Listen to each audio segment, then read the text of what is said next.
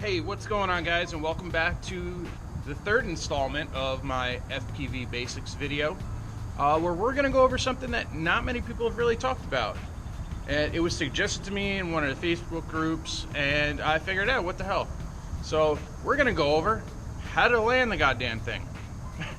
So I'm going to show you guys a couple different ways to get close, land it safely without breaking anything. And hopefully this helps. I'll get the stick cam rolling and I'll walk you through it. So stay tuned.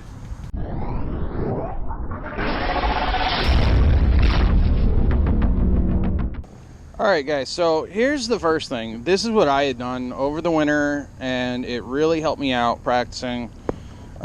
Basically I just threw my car floor mat on the ground, and that's going to be my takeoff and landing point. Give us a target as far as coming into land. Now also I'm using this quad. It's an Armattan Rooster because I'm running about 30 degrees up tilt on this with a 2.1 lens, just to give you guys an idea. And this is typically a little bit more than I usually run on my Marmotte frames. I run about 20. So basically, yeah, I don't recommend people starting off with more than, say, 25 degrees. That'll give you a good view on your landing point. Don't be afraid to go down on the lens sizes. The millimeter size, I'm running 2.1. The lower the number, the more field of view you're going to have. Just to give you an idea. Most cams either come with 2.5, 2.1, or 1.8. I think 1.8 gives it too much of a distorted look, so I usually go with the 2.1. Alright, so now you see our setup here. We got our landing pad, and we're going to practice going over flying low to start off with. So here we go. So hopefully you guys can see in the my GoPro is actually a little bit higher than my camera lens, my FPV cam. So we're gonna start off just getting used to staying low to the ground. I'll just cruise around for a little bit, and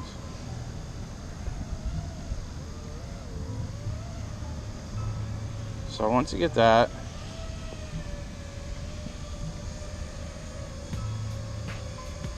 you're going to practice nice slow hover. And there's my pad, and there we go. Now if you notice, I disarmed it as I was killing the throttle. That is because of what we call air mode. Now air mode, I'll show you right now actually what it does. If you don't disarm and you just drop it to the ground, it will bounce. Actually, I will do it over here on the concrete. So see how it just bounces like that? You want to try to avoid that. So by disarming it as you're dropping it to the ground.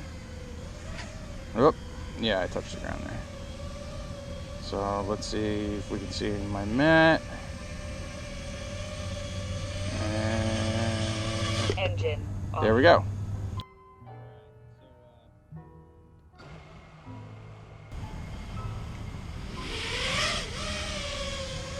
All right, so like I said, you want to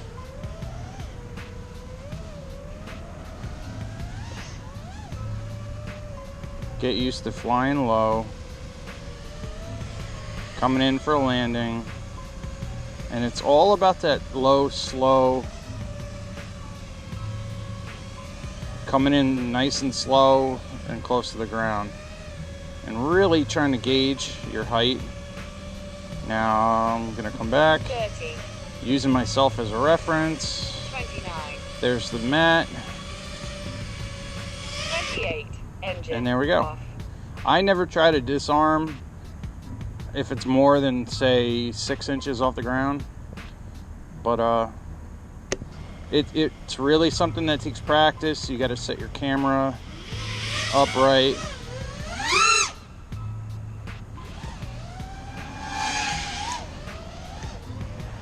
So here we go. We'll do that one more time. You know, I'll try to come in sideways on this one. And go around this thing.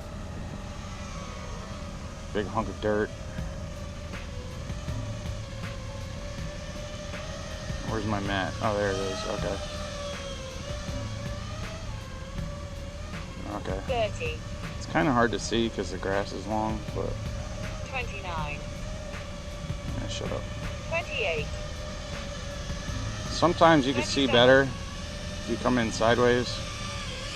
26. Ah, it's close. Even then I was a little off. I usually come in straight on. I just think you can see better. I'll show you one more thing you can try if that doesn't work. There's a garbage can over here I'm going to use.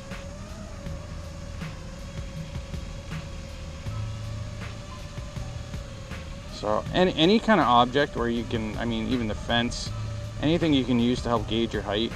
But honestly, if you can't see the ground in the bottom of your FPV feed, hovering at this at like say a foot off the ground, you really need to lower your cam angle.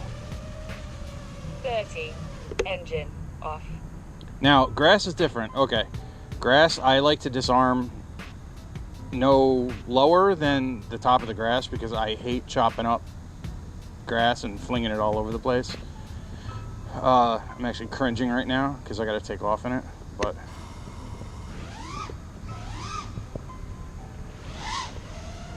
all right.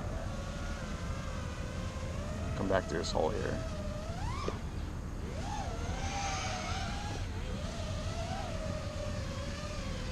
But yeah, like I said, the biggest thing is you really got to practice cruising around super low. And not for nothing, but that's going to help build your control too. If you can stay low like this, it's too easy to just send it. 30. Nobody likes to actually sit down and practice anything for that matter. 29. They just want to be good right off the bat. 28. So most people, they get their quad, they throw the goggles on, they're like, whee! 26. But that doesn't teach you anything. You're not going to hit anything. So you bring it in. 24. If you can practice going around like this, 23. nice and low. 21. 20. Then you can land. 19. It's literally just something that takes time. But the thing I'm doing here with the mat is really going to help you. Like I said, I started doing this my first winter because I didn't want to land in snow or a wet spot in the parking lot. 14. Engine. So there you go. So hope this helped and stay tuned for more. Peace.